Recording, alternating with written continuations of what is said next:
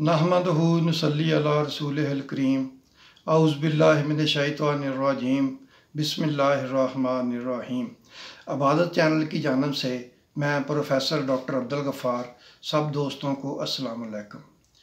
पिछली वीडियो में मैंने वादा किया था कि मैं आपको नमाज की कबूलियत का नुस्खा बताऊंगा। दोस्तों, अगर आप किसी भी आलम या मुफ्ती से पूछें, वो आपको बताएगा सही तरीके से वज़ू करना चाहिए, कपड़े पाक होने चाहिए, जगह पाक होनी चाहिए, टखने नंगे होने चाहिए, नमाज में खुशू खुजू होना चाहिए।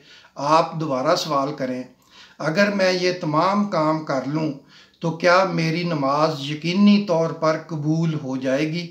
उसका जवाब होगा, यकीनी तौर पर नहीं कहा जा सकता, लेकिन उम्मीद है कि अल्लाह ताला इन तमाम शराइत के साथ अदा की गई नमाज को कबूल फरमाएंगे।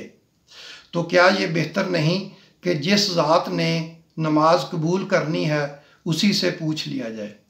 दोस्तों, मोहम्मद सल्लल्लाहु अलैहि वसल्लम खातमुन नबीयीन के बाद अब अल्लाह ताला किसी बंदे से बराह रास्त मुकालमा नहीं फरमाएंगे। अल्लाह ताला से मुकालमे का वाहिद ज़रिया अल्लाह ताला का कलाम कुरान मजीद है। आप पारा नंबर 21 की पहली ही आयत, जो कि सूरा अनकबूत की 45वीं आयत है, उसको खोलें। अल्लाह ताला का इरशाद है, इन्न सलाता तन्हा अनिल फहशाए वल मुनकर, बेशक नमाज बेहयाई और बुरी बातों से रोकती है। दोस्तों, अल्लाह ताला की ये कायनात काज और इफ़ेक्ट से मुंसलिक है। नमाज पढ़ना एक काज है और कोई भी नमाज सिर्फ पढ़ने से कबूल नहीं होगी, बल्कि आपको ये नमाज अपने किरदार और अपने रवैये से कबूल करवानी है। आपकी हर वो नमाज जिसने आपको फहश और बुराई से रोके रखा है वो कबूल है, और जो नमाज ये काम ना कर सकी वो नामकबूल है। अगर आपने फजर पढ़ी और उस नमाज ने आपको ज़ोहर तक बुराई करने से रोक दिया, वो नमाज कबूल हो गई। ज़ोहर पढ़ ली, उसने अगर आपको असर तक बुराई से रोके रखा, वो कबूल हो गई। आपका क्या ख्याल है कि आप नमाज पढ़ कर गए और जाते ही आपने मिलावट करना, कम तोलना, हक मारना शुरू कर दिया, तो क्या आपकी नमाज कबूल हो जाएगी? हरगिज़ नहीं, बल्कि ये वो नमाजें होंगी जो क़यामत के दिन मुंह पर मार दी जाएंगी। तरीका एक ही है, आपने नमाज पढ़ी, कोई कारोबार शुरू किया, गाहक के लिए कम तोला, लेकिन फ़ौरन ख्याल आया मैं तो नमाजी हूँ, मैं नमाज पढ़ के आया हूँ, मुझे ये काम नहीं करना चाहिए। आपने गाहक का तोल पूरा कर दिया, उसका नुकसान पूरा कर दिया। आप यकीन करें, आपकी नमाज कबूल हो गई। मैंने खुद अपने तबलीगी भाइयों से सुना है, आप उनसे कहें कि आप सिर्फ नमाज की तलकीन करते रहते हैं, कोई और बात भी करें तो वो आगे से कहते हैं अभी तक हमारी नमाज ही सीधी नहीं हुई, जब नमाज सीधी हो जाएगी फिर कोई और बात करेंगे। मेरी तबलीगी भाइयों, ख़ास तौर पर मौलाना तारक जमील साहब से दरख्वास्त है कि 100 साल क्या, अगर आप 100,000 साल भी लगे रहें तो आपकी नमाज सीधी नहीं होगी। आप लोगों की अप्रोच गलत है। आपने नमाज को सीधा नहीं करना, बल्कि नमाज ने आपको सीधा करना है। मौलाना तारक जमील साहब से आप लाख इख्तलाफ करें, एक बात तय है कि वो एक नफीस इंसान है। दूसरा, जो उनका सबसे बड़ा प्लस पॉइंट है कि वो फ़िरका बंदी से ऊपर उठ चुके हैं। वो फ़िरका बंदी को स्नब करते हैं, जो कि मौजूदा दौर में वाकई बड़ा काम है। हमें जितना नुकसान फ़िरका बंदी ने पहुँचाया, इतना किसी और चीज़ ने नहीं पहुँचाया।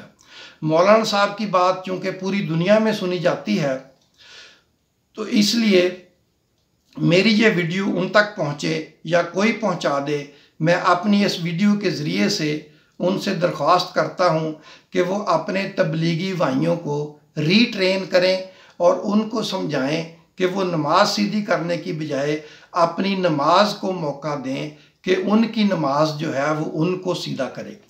चूँकि मैं प्रोफेसर हूँ, चुनाचे मैं आपको नमाज की कबूलियत तलीमी पस मंज़र में भी समझाने की कोशिश करता हूँ। आप कोई भी कोर्स करना चाहें तो उसके 4 मराहल होते हैं। मरहला नंबर 1, दाखिले से पहले की शराइत, जैसे इंजीनियरिंग में दाखिले के लिए FSC प्री इंजीनियरिंग और फर्स्ट डिवीज़न।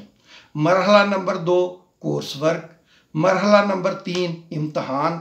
मरहला नंबर 4, क्वालिफ़िकेशन की रिकग्निशन या कबूलियत, या जैसे कहते हैं कि डिग्री का अवार्ड होना। जैसा कि आप जानते हैं, इन चारों मराहल में सबसे अहम मरहला नंबर 3 ही है, यानी इम्तहान। अब आप नमाज को इन चारों मराहल के तनाज़ुर में देख लें। मरहला नंबर 1 वो तमाम शराइत हैं जो उलमा बयान करते हैं, जैसे कपड़े पाक, जगह पाक, वज़ू वगैरह वगैरह। नंबर 2, नमाज की अदायगी। आपने अच्छी तरह खुशू व खुजू के साथ नमाज अदा कर ली और इसके बाद उलमा आपको बराह रास्त मरहला नंबर 4 पर ले जाते हैं और आपको नमाज की कबूलियत की उम्मीद दिलाते हैं। मेरा थीसिस ये है और मेरा ये थीसिस कुरान की मुंदरिया वाला आयत के मिसदाक है कि नमाज की कबूलियत मरहला नंबर 3 यानी इम्तहान के साथ मशरूत है। अगर आप नमाज पढ़ने के बाद अपने आप को इम्तहान में नहीं डालते, नमाज के बाद आप अल्लाह ताला से नहीं डरते और अपने आप को बुराइयों और फौश से नहीं रोकते, आपकी नमाज कबूल नहीं होगी। और यकीनन यही वो नमाजें हैं जो मुंह पर मार दी जाएंगी। हमारे वाज हजरात अमूमन मज़कूरा आयत का यही छोटा सा टुकड़ा जो है वो पेश करते हैं जो ऊपर पेश किया गया है। चलें आपको पूरी आयत का तर्जुमा बताता हूँ। ए नबी, इसे पढ़ते रहो जो तुम्हारी तरफ किताब से वही किया जाता है और नमाज कायम रखो। यकीनन नमाज बेहयाई और बुराई से रोक देती है और अल्लाह का याद करना यकीनन सबसे बढ़कर है और अल्लाह ताला जानता है जो तुम करते हो। आयत में नमाज के फ़ौरन बाद अल्लाह ताला को याद करने का मरहला है और फिर साथ ही ये वार्निंग दे दी गई है कि जो कुछ भी तुम करते हो अल्लाह ताला उसको जानता है। ये बहुत बड़ी वार्निंग है। एक तो हमने अल्लाह को याद करने का मतलब सिर्फ तस्बीह पकड़कर अल्लाह अल्लाह करना समझ लिया है। दूसरा, अल्लाह ताला देख रहा है का मतलब हमने ये ले लिया है कि वो नमाज के दौरान हमें देख रहा है। इसमें कोई शक नहीं कि अल्लाह ताला हमें हर वक्त देख रहा है। मेरा थीसिस सिर्फ ये है कि यहाँ आपका अल्लाह ताला को ध्यान में रखना या अल्लाह ताला का आपको देखना नमाज के बाद के मरहले के तौर पर बयान हुआ है। यानी नमाज पढ़ने के बाद आपने अल्लाह ताला से डरना है। नमाज के दौरान तो हर इंसान अल्लाह ताला की किबरियाई के सामने अपने आप को झुका देता है। असल मसला ये है कि बाद में कौन उसके हुजूर झुका रहता है, किसको ये एहसास रहता है कि अल्लाह ताला देख रहा है। दिन भर की तमाम नमाजें तकरीबन 1 घंटे में निपट जाती हैं। आपका क्या ख्याल है कि अल्लाह ताला आपको सिर्फ 1 घंटे के लिए मुत्की देखना चाहते हैं या अल्लाह ताला आपको सिर्फ 1 घंटा सिर्फ वाच करते हैं और बाकी 23 घंटे आप जो मर्जी करें? तो मेरे दोस्त, ऐसा नहीं है। 1 घंटा सिर्फ कोर्स वर्क है और बाकी 23 घंटे इम्तहान है। अगर आप 23 घंटे अपनी मर्जी करेंगे तो अल्लाह ताला ने आयत के आखिर में वार्निंग दे दी है कि वो तो देख रहा है। उसे ऊँग नहीं आती, उसे नींद नहीं आती, वो 1 घंटा नहीं, वो 24 घंटे आपको देख रहा है। तो दोस्तों, आखिर में मैं अपना थीसिस जो है वो दोबारा पेश कर देता हूँ। मेरे मुताबिक आप नमाज पढ़ें और फिर अगली नमाज तक अपनी पिछली पढ़ी हुई नमाज को मौका दें कि वो आपको बेहयाई और बुरे काम से रोक दे। अगर आपकी नमाज ने आपको रोक दिया तो वो नमाज कबूल हो जाएगी, वरना वो कबूल नहीं होगी। बाकी आपकी मर्ज़ी। दोस्तों, जिन दोस्तों ने मेरा चैनल अभी तक सब्सक्राइब नहीं किया, उनसे दरख्वास्त है कि वो मेरा चैनल सब्सक्राइब भी कर दें और घंटी के निशान को भी दबा दें। अगर आपके कोई सवालात हों तो वो कमेंट्स में लिख दें। अगली वीडियो में मैं आपके सवालात के जवाब भी दूंगा और आपको ये भी बताऊंगा कि अल्लाह ताला ने अपनी किताब में आपसे एक गिला भी किया है, जिसे पढ़ते ही कलेजा मुंह को आता है अगर आप उसको समझ जाएं तो। मेरी अगली वीडियो का इंतज़ार कीजिएगा। वास्सलाम, अल्लाह हाफिज़।